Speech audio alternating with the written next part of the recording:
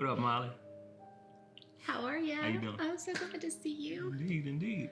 Appreciate you joining me. It's been a while.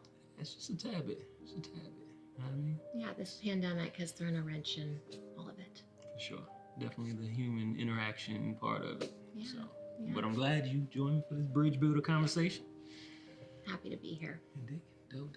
So, I mean, we obviously have experience working together within the communities and schools. And I know you within your role as the president of communities and schools, which you no longer hold. You stepped away, and I hear you. It seems like you're enjoying it. Yes, it's my rewirement time. So Rewirement, not retirement. Let's see what you did there. Everyone deserves a rewirement time. Dope. So I honestly, again, this conversation, want to talk about that, your experience at community schools, but I love starting about at the place of where did Molly Shaw begin and what makes Molly Shaw who she is today within her career, but even beyond that, within society. So tell me a little bit about yourself. All right.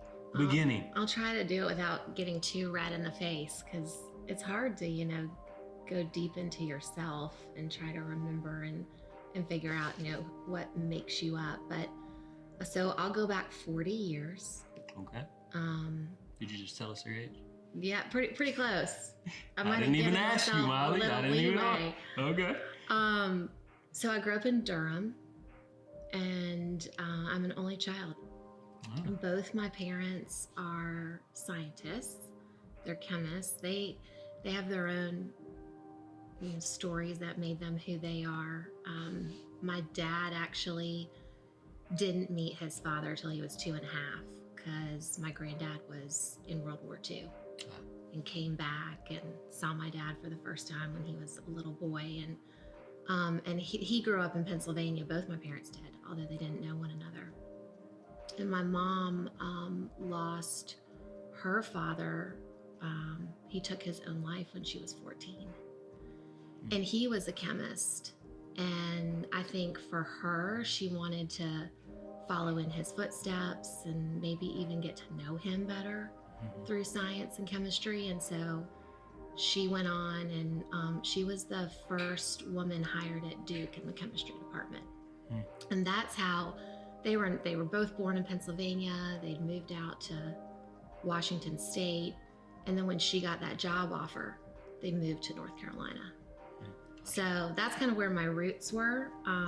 And they waited until they were later in life. So they were in their late 30s when I was born. And they both come from humble beginnings. They didn't have a whole lot. And so we lived way out in the country. We weren't close to the university. We were on this in this little house with all this land around us. It wasn't a neighborhood. It was kind of like being on a farm, but no farm animals. Gotcha. And so that's how I grew up until I was 7 or 8. And they said, all right, she's got to be around other kids. Gotcha. So they don't even have any farm animals. Yeah, I know. They're like, we got to move her in town. Gotcha. So I think, the very beginning of my life was shaped by my relationship with them and just the qualities that they had and that they felt like were important. I mean, they're scientists, so they're always asking questions. They're super curious people. They value learning. My dad has a great sense of humor, so that was always kind of a part of my world. But I also felt really isolated, and I was like a social kid who really wanted to be around people. Sure. And so I grew up kind of understanding what it felt like to be on your own and wanting to connect with other people. What about you? How did you grow up? Molly, we're talking about you right now. No, I'm just playing. So I know, but it's gotta be a give it a take. I know. I'm playing with you. So from Norfolk, Virginia, born and raised. Pretty much my hood is Huntersville, old Huntersville to be exact, because there's a new Huntersville, old Huntersville, and low income black neighborhood that I love to death. When I moved to Charlotte, again, in retrospect, it was one of the best decisions that I could have made and that I was pushed into in some ways. But I always miss the people, you know what I mean? A lot of my family that I grew up with is there, as well as, you know, my childhood friends are there. But in a lot of ways, and definitely some of the work that we've done together at community schools is just, and I talk about this even in board meetings and things of that nature, is like, I feel more like the students that we support than, you know, a leader of an organization to, and even that thought is wrong, you know what I mean? Because I think we need organizations that are made up of people that are from, exactly. But that is my upbringing. Again, I'm the knee baby, so next to the youngest of 4 kids. And I mean, my experience while I was in it, in a lot of ways, I loved it. We weren't in school, we were in the streets playing curveball or at the court, shooting the ball. Sports-oriented family, we all played basketball. My uncles were always around. It's like a super tight-knit family growing up. And just a lot of us, which was dope, which is just interesting. Again, as you grow, you learn more about people and the dynamics that you just can't pick up at that time. Because even in the way you talk about isolation, feeling isolated, we were so tight-knit in a way that I would say, when it comes to outsiders, there wasn't too many, you know what I mean, that we engaged with. Again, I had my guy, James Brooks, had Mario across the street, had the Burns, Sorrento, TJ, had Mont, had, again, a core group of friends who weren't family. But other than that, and like deep relationships outside of my family, there weren't many. And again, in my experience in Charlotte, where it's like, you know, I'm taken out of that completely and put in something new. Yeah. Having to forge relationships and learn how to do that with people who are not family was something new to me. You know what I mean? So I wouldn't say I felt isolated, but definitely felt like, okay, how do you do this relationship outside of the family? You know what I mean? So. Well, and to have had it and then not have it is different than, I think, kind of, that's what you know. Sure. And then you realize, oh, there can be something else out there. Yeah. And that's you just said, like, not having it, because to a degree, my family is very fractured now. So even on another level of, even that family, certain members, we don't talk anymore. For like reasons we don't fully know, you know what I mean? But we don't. So yeah, it is interesting, but that's, I mean, in a lot of ways, that's my upbringing. Again, played ball, didn't get into music until a little bit later in my time back in Norfolk. But 19 years old, picked me up, dropped me in Charlotte. Good old Valentine era, you know, ship light. But that's major. Yeah, but I love my upbringing. I love my family. I love my friends, and just the culture and environment. I love it to death, you know what I mean? But I'm glad that I came to Charlotte, for sure. So where did y'all move when you left the animalist farm? Yeah, so we left the country. We called it the country. When I think I was 7, I might have been 8, and we moved into town. And my parents, you know, their lives and their trajectories shifted because of their education. So education for them was top priority. Sure. And when you say town, you're talking about Raleigh, Durham? Durham. Okay, we lived, so we moved closer into town in Durham. Gotcha. And so they looked around and said, whatever we do, we're going to try to send her to what we think the best school for her could be. Gotcha. And what that meant is I went to private school my whole life, which was, again, a different type of isolation. I had a lot, you know, it was so wonderful because I made friends that in many cases, like I still have women who are like sisters to me that I met when I was 10 years old. But it was another version of kind of being in an isolated bubble. Gotcha. And so I went to private school. I went to private college. I went to Davidson right up the road, which, you know, I would do it all over again because I met my husband there. But Davidson was a really segregated place. back in 1998, 2000. And Like how so? I don't know much about this. well, so I remember walking on campus, and it was my first couple weeks there, and I went to breakfast one morning, and I got my tray, put my food on it. When I sat down, I was kind of sitting at a table, catty corner, to a guy, and he looked up at me and he said, "You know you're sitting at the black table, don't you?" Wow. Interesting. And what year was this? This was 1998. Ah.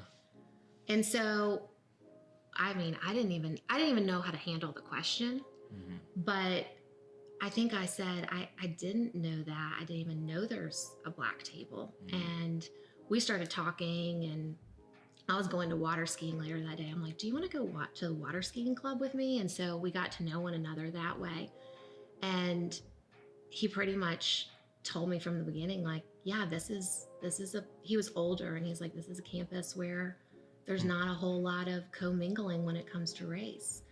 And that was the experience that I had. I mean, of course, there were anomalies and exceptions, but the culture of that campus was one that I think just kind of continued what elitist Southern culture has done for hundreds of years. Interesting. So was the guy who said that to you, was he sitting at the table? Yeah. So it was, okay, so it was a black guy? I was a black guy. Okay, all right. Yeah. Okay, I thought it was someone else, a white No, guy and he telling you that you had the wrong table. It was yeah, no, he was a black guy, and he just said, you know, you're sitting at the black table. And no, he was just telling me the truth. Got you. Okay. Yeah. Wow. Huh. That is something. Yeah. So I left David. So David and I, my husband, we met on. I know David. You know David. My man. So David and I met on the very first day of college. Okay. And dated all through school, and then decided whoever got the first job, we'd move to that city. And we picked Charlotte because I got a job working at Davidson, and he found a job later on. But we moved here, and I worked in development and did fundraising for the college, which was kind of interesting because I had a complex relationship. I mean, I love a lot of things about Davidson, but I want to see it evolve and grow. Sure. And I also met some incredible people there who mentored me and are still to this day major influences in my life. And then I went to grad school. That turn is where we're going. That's where we're headed. And so I went to grad school in Boston at Harvard. And Good old Boston. when I got there, it was like culture shock for me. You know, I'd lived in North Carolina my whole life, and I got up there, and everybody in my classes was from different places, different countries, different cultures. I mean, it was like this incredibly exciting place to be. And it also, from an academic standpoint, it was all about kind of pointing to where systems were broken. And it was my first introduction to, education's not just about kind of helping individuals reach their best and help serve the community. Education's the tool for access and equity. And if you're not thinking about education in that way, you're not doing your job. So that for me was transformative, because I came back to Charlotte and I thought, I gotta make sure, I gotta break out of the private system, and I gotta understand what's happening on the public side, because that's where the work is, that is where the energy is, and that's where there is so much opportunity. It's interesting because again, from my side, one, I never had the college conversation with my parents. You know what I mean? In my mind, I was just looking forward to getting out of high school. You know what I mean? It's legit. When I'm gonna be done with high school? It wasn't my favorite place, and we talked about this before, and I even mentioned this in, again, board meetings. It's just a dynamic of being able to help a student tap into their passion and connect that passion to the importance of education. Yeah. I didn't have anybody who opened my eyes in that way. So I was just at school, you know what I mean? And barely made it out, legit. And even from as you talk about your parents as scientists, you know what I mean? And school being important. Like my mom, she started our family very early, you know what I mean? And she had to drop out of high school. She ended up going back and finishing and getting her high school degree. But while the children are out, she never went to college, you know what I mean? She's going to college later in her life. Other things. Absolutely. And my dad in the same way. And honestly, legit, I don't even know if my dad is graduated. I don't know. So pretty much, I was not in an environment where there had been the experience of college and, education beyond high school or grade school. So we never had that conversation. But when I heard you say the whole thing of education being the key to equity and to opportunity and access, when I, from my context, have heard about school, you're going to school, make sure you go to school, it was a burden. It's like, no, I don't want to go to school, you know what I mean? But when you say it like that, it makes me think about those who may have never been to school and know the importance and trying to help you understand, no, you need X, Y, Z. And definitely from a Black community perspective, it's like, no, understand. Not just the education, but the community and proximity to individuals that, how would I say, would be valuable relationships to have as you go into your career, X, Y, Z. And my wife tries to help me understand it because I went to an art school, you know what I mean? And we did not have a campus life, you know what I mean? So I never experienced that campus life where you're living with people, you're experiencing, you have all this stuff happen on campus. I didn't have that. But thankfully, I was able to create relationships outside of that have been meaningful and honestly super important to my continued development. So again, that just stuck out to me. And when you talk about, again, it being connected to access and equity, it's like, I don't know. And I speak for myself, but I wonder even for my community, how well we've been able to connect that point to education, you know what I mean? Yeah, well, I think it's complex. Like, what do we mean by education? Because when I look back, what my early education did for me was, it gave me a lot of social capital. It taught me how to write and communicate better than I would have than if I hadn't. Sure. And it helped me think critically to ask questions. But it wasn't until I was 27 that I started thinking about how broken our systems are. And I bet you knew how broken our systems were when you were in kindergarten. So what is education? In some ways, the education system that I was in perpetuated that narrative that, oh yeah, no, everybody just needs an education. So I was getting that lesson reinforced over and over. And it wasn't until I went to a place where, quite frankly, it was because I took a class from Bridget Terry Long, who's an African-American woman. She's now the dean of the College of Education at Harvard. Okay. No. And she was the one who was saying, we've got to interrogate everything we know about our education system. And that's when the wheels in my mind started turning. And I thought, whoa, I can't, once I knew, I couldn't unknow it. No, I heard that. So, I get why there is mistrust in education systems, or even maybe not a valuing of it, because they haven't, in a lot of ways, they haven't worked for every person who's been through them.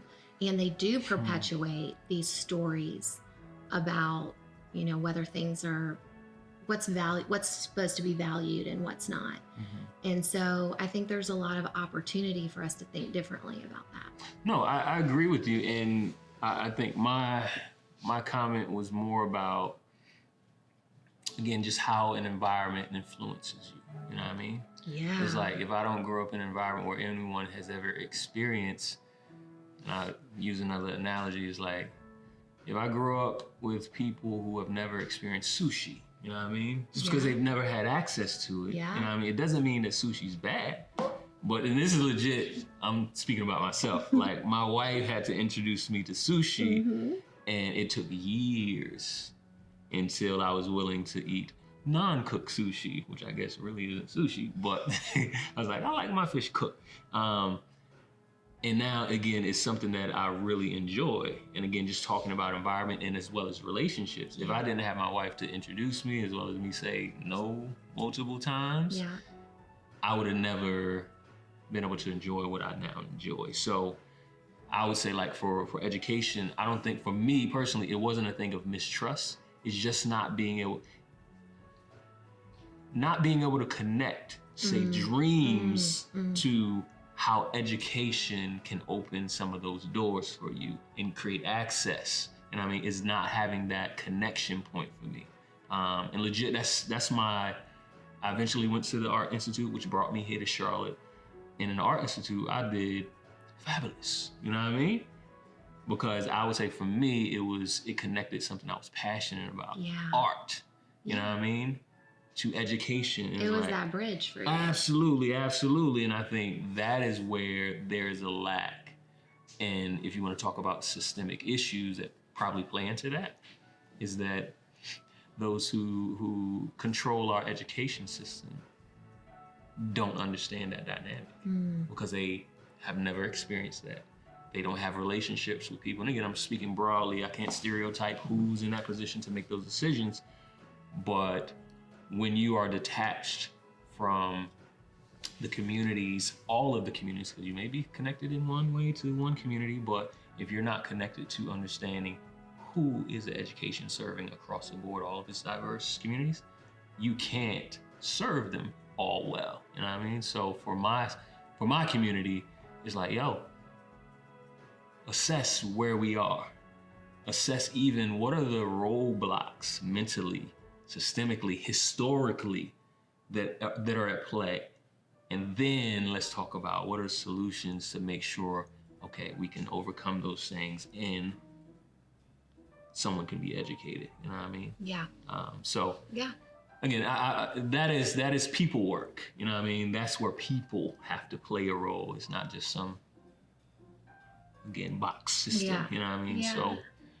So yeah, for me, that's, and I'm sure for a lot of people that, again, have no interest in education, I do also believe education, and this is where me and my wife differs, like, she's very into the institution of education, college, and then you get your master's, and that's ingrained in her family, and it's something that's valuable, but the way I operate is, no, I'm learning from this conversation, you know what I mean? And I pick up things. I can learn from walking down the street. I can learn from picking up a book. And we have the internet now. It's like, I can learn anything by typing in these words. You're an artist. You know, you're able to see into pockets and places that other people can't see and find stuff there that I think, like, for the linear thinkers, it's harder to do that. No, I see that. So to tap back into your feelings of isolation, when did you, or have you really tapped into thinking about how that early isolation, how even you're realizing that Davidson was an isolated bubble, in what ways do you believe that's impacted you, or maybe, I don't want to put these words in your mouth, put you at a disadvantage when it comes to engaging our diverse world and community? Well, so I've come out of graduate school and I go work for a small startup nonprofit that was here in Charlotte. And after a few years there, that's when I went to communities and schools. Okay. So I think for me, communities and schools was the most transformative experience of my life. Gotcha. And part of it is, what year was that when you? Okay, so that was, so I was 30. Okay. It would have been 2010. Gotcha. So I'm hired as the head of communities and schools. I'm 30 years old. I'm white. I'm privileged. I'm privileged in multiple ways. And I walked into that job. I was so excited about it because I loved the mission and I felt like I'm going to get to go to work every day with people who all feel the same thing that I do, and every kid has potential, and we're going to tap it, and we're going to change this world. Sure. And I walked in, and it was like, you could just like feel it in the air. What is it that you feel? The very valid feeling of, why is she the person standing in front of us? And it was this sense of, I am not prepared.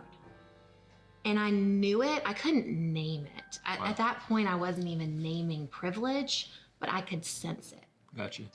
And in communities and schools, from a staff perspective, demographics, almost as diverse as you can find in Charlotte. And I mean diverse in terms of race, ethnicity, age, background, career background. I mean, it's diverse, meaning that if you're a white woman, you're probably representing 10 to 15% of the overall population of communities and schools. Gotcha. And so it didn't take long for me to realize this isn't going to work. Like, the way that I'm used to operating isn't going to work because I don't know enough. I'm not the expert here. I think when I was when I was 30, I thought, okay, you're hired because you're trying to come in and you're going to solve, and the board's hiring you and they're telling you you're coming in and you're going to solve. And it took me about 10 minutes to realize I'm not going to solve anything. I have to figure out how I readjust. And I didn't know what that meant. Interesting. And that moment was standing in front of your staff? It was the very first meeting. So when I was hired, our board didn't involve any staff in the hiring process. Gotcha. So I was hired, and then I was in front of the team. And so it was probably the best gift and the hardest one that I've ever gotten in my life, because it made me pivot to a point of, I really need to recognize where the expertise is and try to listen. And I'll be really honest, I mean, I was still trying to also prove to myself and to everyone, hey, I'm in this role, I can do this, I can handle it. So I had to kind of keep this facade of, I've got it together. But behind it all, I was thinking, this is not about a leader coming in and shifting a culture. This is about me coming in and adapting to the culture that's here. And how am I going to do that in a way that's authentic and is actually going to be able to move the organization forward in a positive way? Sure. So I spent those 9 years at communities and schools trying to figure out how to do that. And I think it was through a combination of, and I never got there fully, but I think it was through a combination of trying to really focus on relationships and getting to know people. By the time I left, there were 120 people. I couldn't know them all. And trying to stretch myself to say, I'm here to listen and synthesize and also try to empower other people. Sure. And that's my role. It's not for me to have the answer. It's to try to get to the right answer with a lot of different voices. Gotcha. Now that's interesting. And I'm interested in, what do you think? And maybe, and again, it may just be what you just said. Is like, how do you feel at that moment when you realize that I'm not equipped to lead this organization in a way it needs to be led? One, how do you feel? But also, what leads you to be able to recognize that? You know what I mean? Yeah, I mean, so we live in a society where all the narratives that I was hearing were that I was. You know, I was hearing it from, well, look at my education.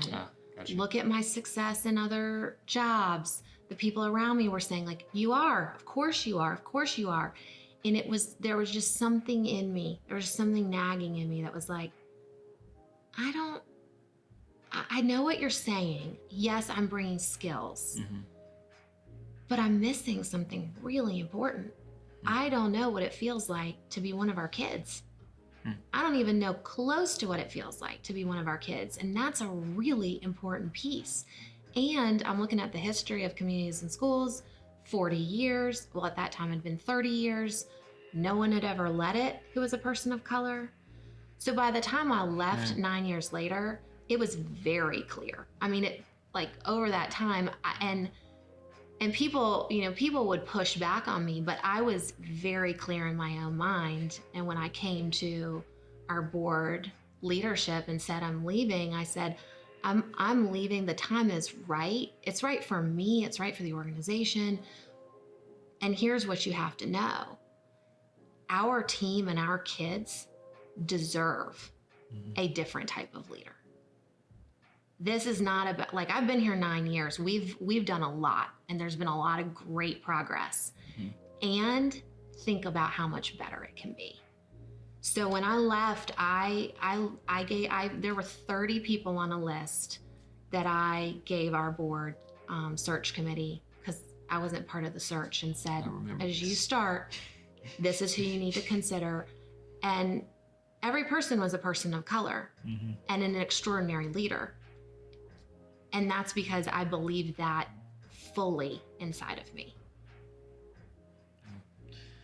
Yes, I remember this. And legit, I'm remembering when our friend John Davis, I guess, recommended me as a board member, and we sat down in your office. And I had some frank things as well as questions to ask and say. I remember that day. And I didn't say it as bluntly as this, but it's pretty much, I ain't got time to waste, you know what I mean? If we gonna be pity-patting and not really doing anything, or if it's, even I was talking from the outside because I'd never been on a board before, you know what I mean? But my outside perception of it was, it's a bunch of people who talk a lot and sit on these boards to be proximate to other people of power and pass out business cards, you know what I mean? Yeah, how are you? It's like... It's an endorphin rush as opposed to a truly let's be really impactful with why we're here.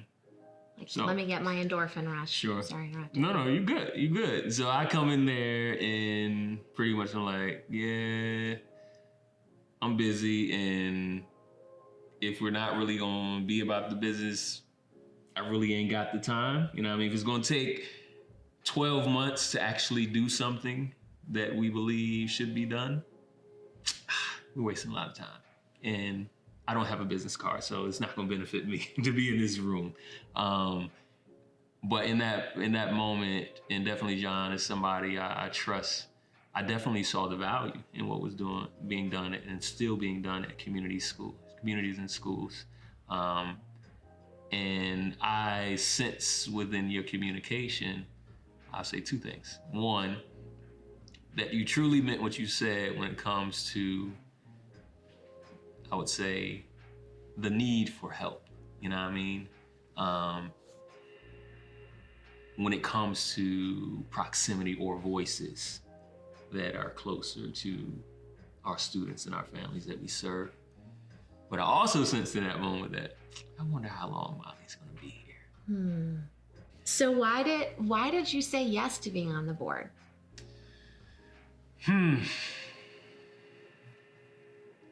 Because I wasn't sure if you would. You thought I was gonna be like, no, thank you. I mean, I thought you were asking all the right questions, and I didn't know if you would get answers that you felt like were sufficient. Got you. So I would say it's a combination of trusted relationships, be it in John Davis, as well as knowing from experience, as well as within theory, the fact that the importance of entering into the unknown in what you can learn and how you can grow in that. And I even talk with some former CIS staff that I have a relationship with about it, because again, I'm a firm believer in wisdom in the counsel of others, you know what I mean? So I talk to people about it, and how would I say, there's even, the experience of the staff was not that positive, but the work that was being done felt strong about, you know what I mean? So it's like, is this where I need to do what I can to improve upon what exists, rather than saying, it's broken. Yeah. Is this where I can step in, and pretty much the way I look at it is, this is a marathon.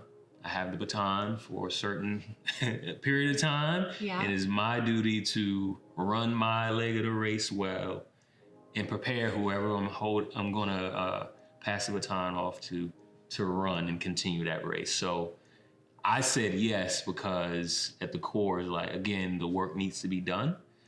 And if there's an organization that is serious about this work, or even on the fence of like, and I have the power to influence it in the right direction, I believe I have a responsibility as a part of our collective community to do what I can. Yeah. So that's why I said yes. Again, as we work together, and I just think about, and what really confirmed I would say for myself, my presence on the board was in the shifting of the name of Low Country, our fundraising event. And when you talk about a little feeling, it was like, when I was introduced to it, it was like, okay, Low Country. There's a little, that little thing in the back of your brain, like, Low Country. I can't put my finger on it, but that feel weird. Low Country, you know what I mean? Yeah. And again, being on the board, and we're talking about, and we had Low Country, I was a part of it, you know what I mean, the first year on the board, and we took our trip to DC and visited the African American Museum. And as we go through this museum, lo and behold, not long after starting our walkthrough, around a couple corners, Low Country, enslavement. This, again, drawn out story of what the Low Country represented in the enslaving of Africans. Yeah. And legit, it was, and again, there's multiple board members, there's student leaders that are on this trip, and to see multiple board members as well as myself just stop and read it. And I remember seeing you take a picture of it, and I was watching at that moment. I was like, oh, that thing in the back of my mind, you know what I mean? And my next thought was, okay, what are we gonna do? Are we gonna do anything, or just be like, oh, interesting, Low Country, and keep moving? And that night, the conversation that happened around that table was, again, encouraging and confirming of, how would I say, not just your leadership, the leadership of the board, and being serious around being continuous learners as well as about action. It's like, I can't unsee that, you know what I mean? Yeah. We know what the name of our annual fundraising event is. What are we gonna do about it? You know what I mean? Yeah. As well as just caring for our fellow board member who just weeks before, a month before, received racist letters, you know what I mean? So that moment and the conversation that happened around that table, and not just the conversation, the immediate movement. And again, this brings me back to when y'all engaged me to be on the board. It's like, how long is it gonna take for y'all to do something? You know what I mean? But the immediate movement was dope to be a part of that. The unity letter and all the signatures we got around that. And again, some may see that as, oh, nice, some signatures in the newspaper. But maybe it's just me having the privilege to be a part of seeing that process from an exhibit to a conversation to let's make it plain what we're about, what we're not about. Yeah. Let's engage our relationships, our circles of influence to get names to align with this. Yeah. As well as moving to the action of changing the name of the event. Yeah. So that, to me, it was super dope to be a part of and to see, again, whatever level of movement that happened as a result of that. What was your experience of that? Yeah, no, I love that you told that and kind of reminded me of the whole pathway of it. I mean, because I had that same experience, and there was one additional piece to it that for me was, I think, foundational and kind of where I am now and what I'm focusing on right now. So the other piece, so yes, there was the piece of we have racist attacks on our superintendent, and if we're not going to stand up and speak up, like, then who? Sure. And the mobilization for that unity letter, coupled with the Low Country, like how simple is it to acknowledge this, change a name, change an event, like that. It was not like, just change a name, but to explain why you're changing the name. Yeah, acknowledge it and be really clear to educate. I think that was something that you, especially, we talked about, like, how are we going to educate people about the why behind it?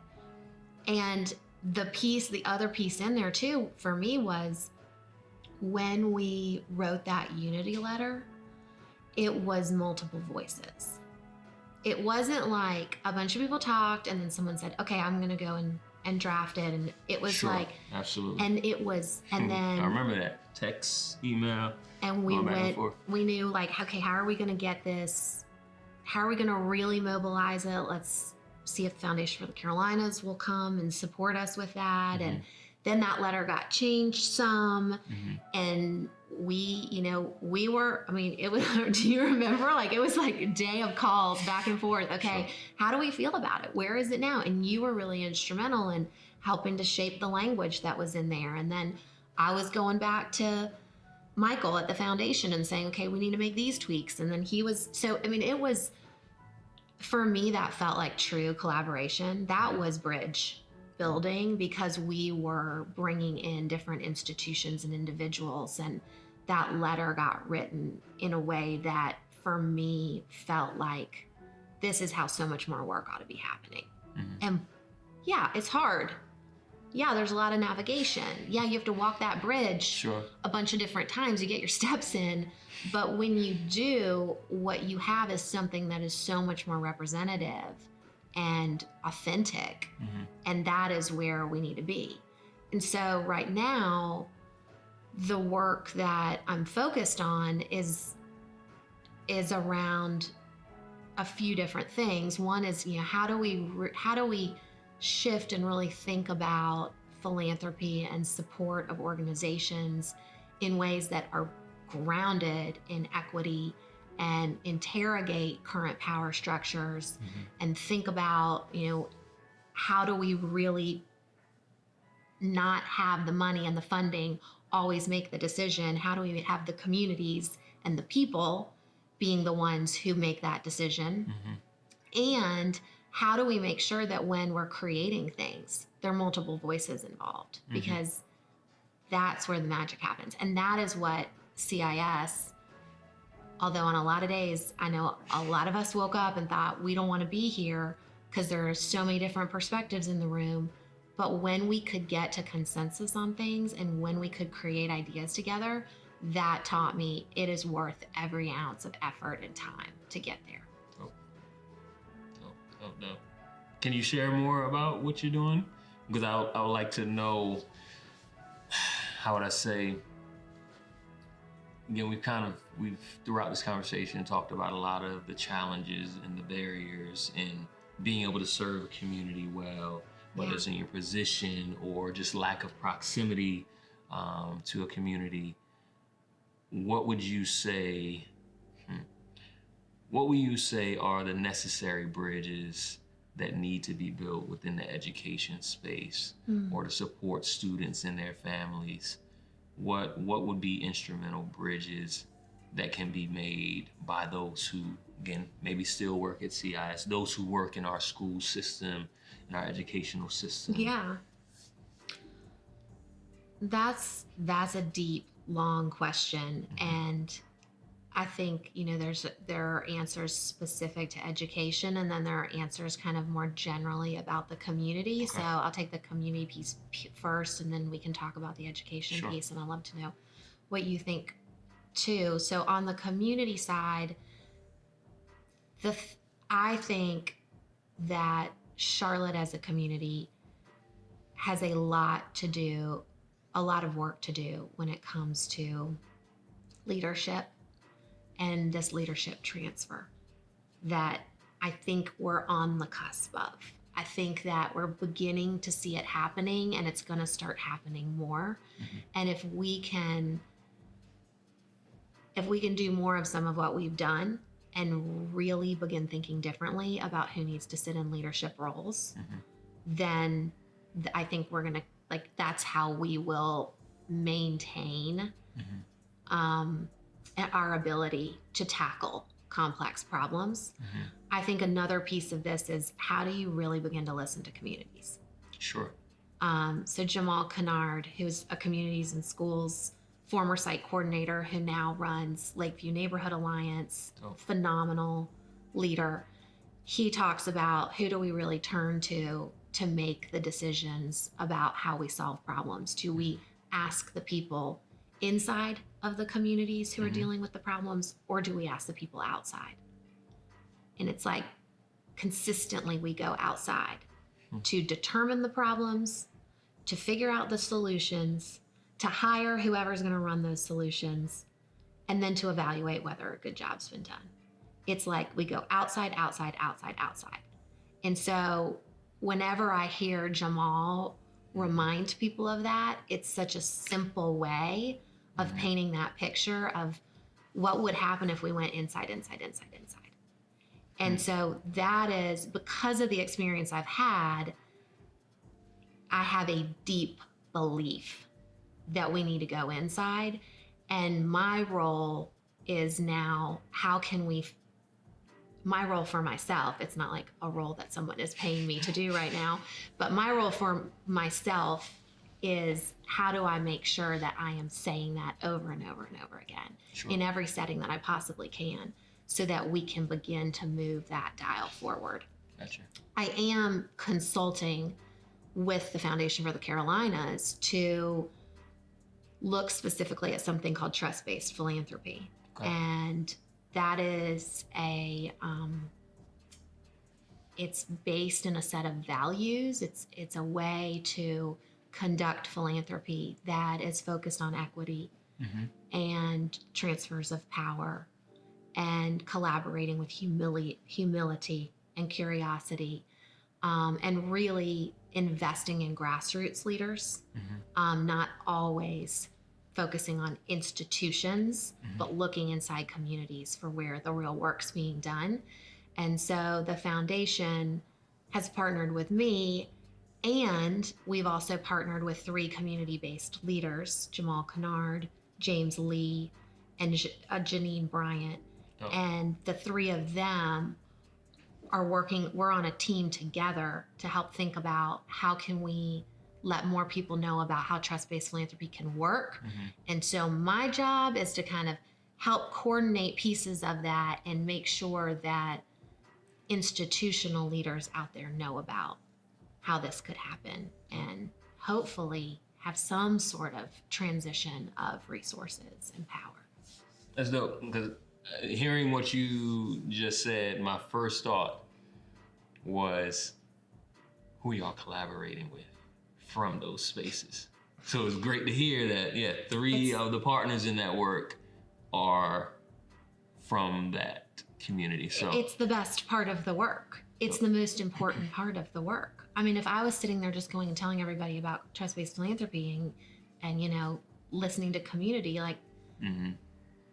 that's not the point. No, absolutely. So, but again, both you and I can attest that it's been done over and over and over again. So to hear that you guys are shifting the way it's been done with what you're focusing on.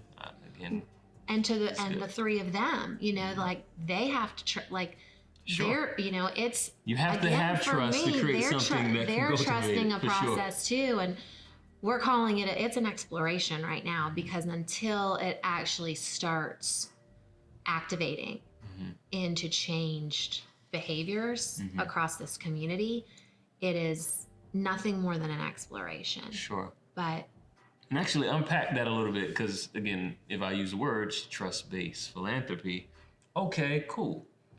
What does that mean exactly, though? So what does that look like?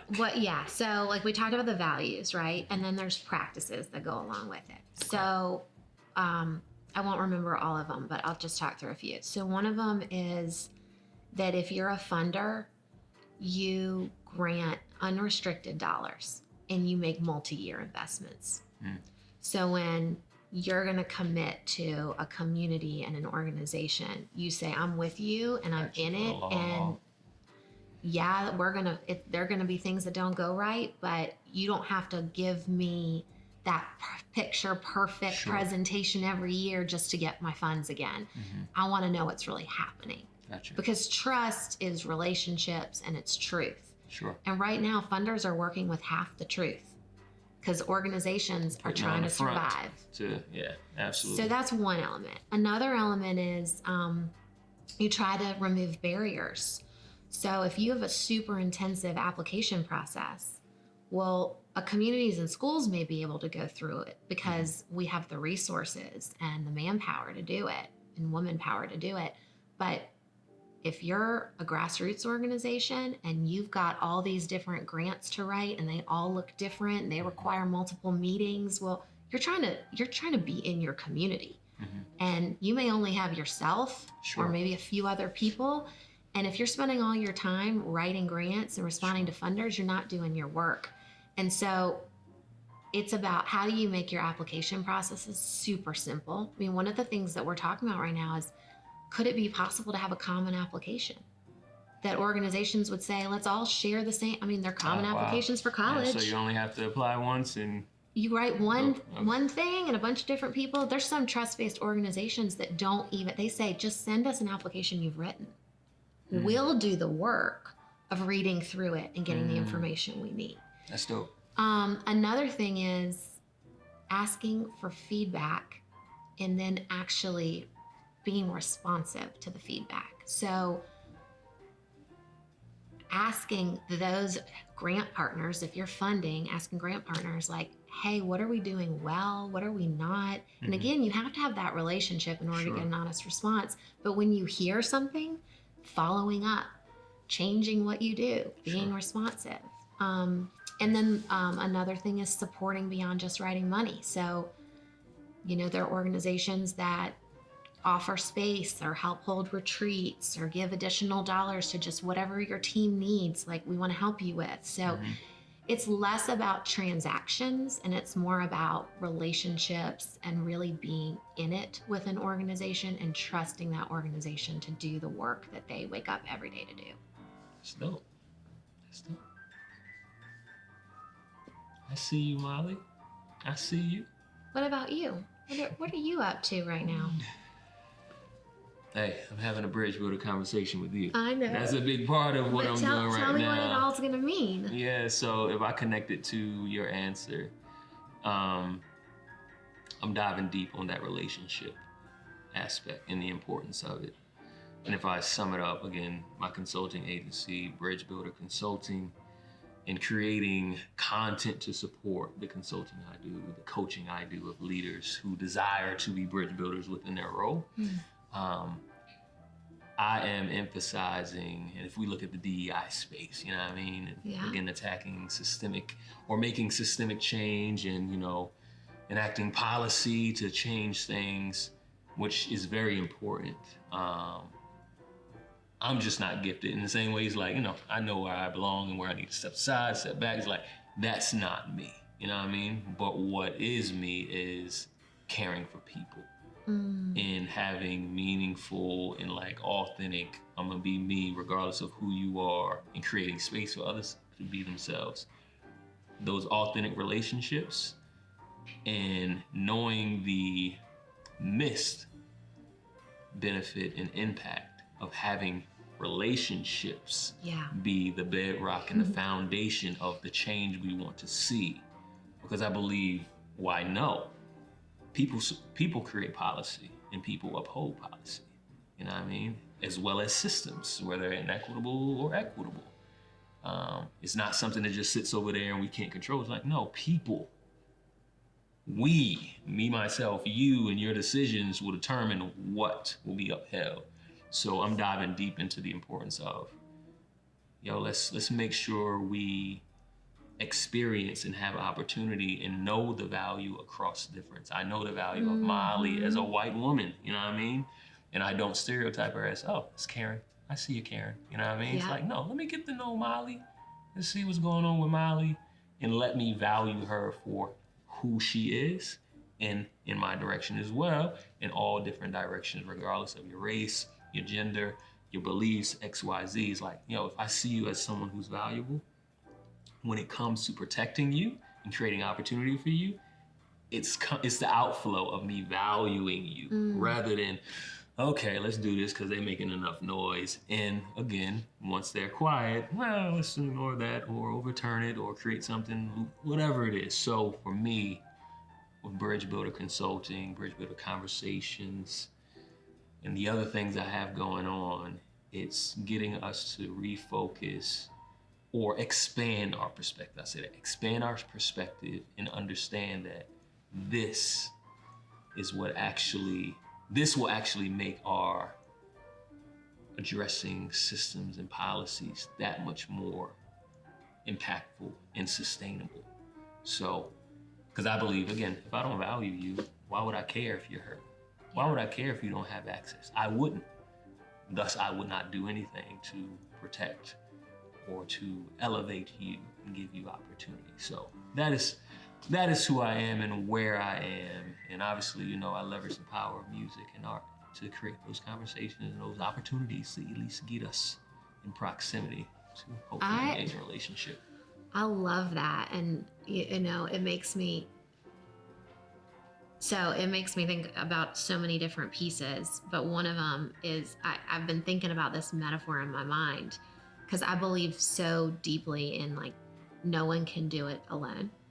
Absolutely. And that has been, I was this little girl growing up in the country, but what my parents did my whole life is they wrapped people around me. We didn't have a big family, but they were always wanting me to have other adults in my life who could help to shape me. Absolutely. Just this recognition of you can't do it alone. You got to have other people. And that was never more clear to me than when I was at communities and schools, and it gets clearer every day. But I think about a song with one instrument, and it might be beautiful one time to listen to, but what does it mean when it's that whole band? Sure. And that is when you are moved to imagine things that you never thought were possible. Sure.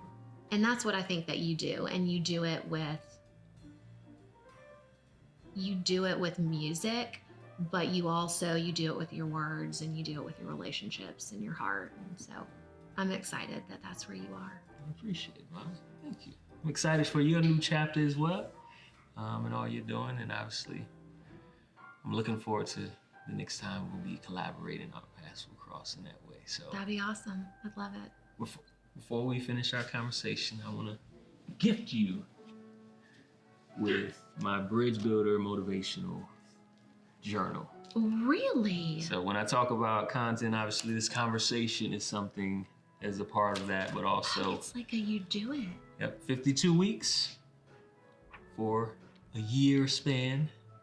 We have motivational quotes as well as reflection and an action item. Are these your quotes? They are my quotes. This is awesome.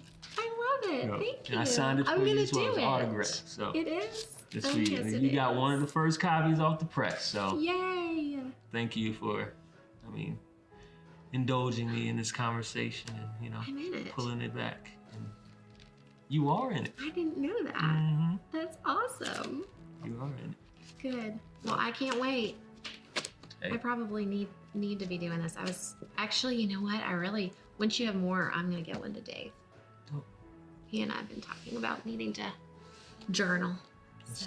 Well, my hope is that there'll be a community built around this, and we'll be able to journey together. Because to your point again, is living isolated, and I mean, can only produce with so much, and again, some value. But doing that in community with others that are focused on the same thing, I believe can be so much more impactful. So, again, are you gonna do like workshops where people can do this together? And we'll see. We'll see. Okay. All right. I'll stay tuned. I'll stop crying. Absolutely. No, you're good. You're good. But again, thank you.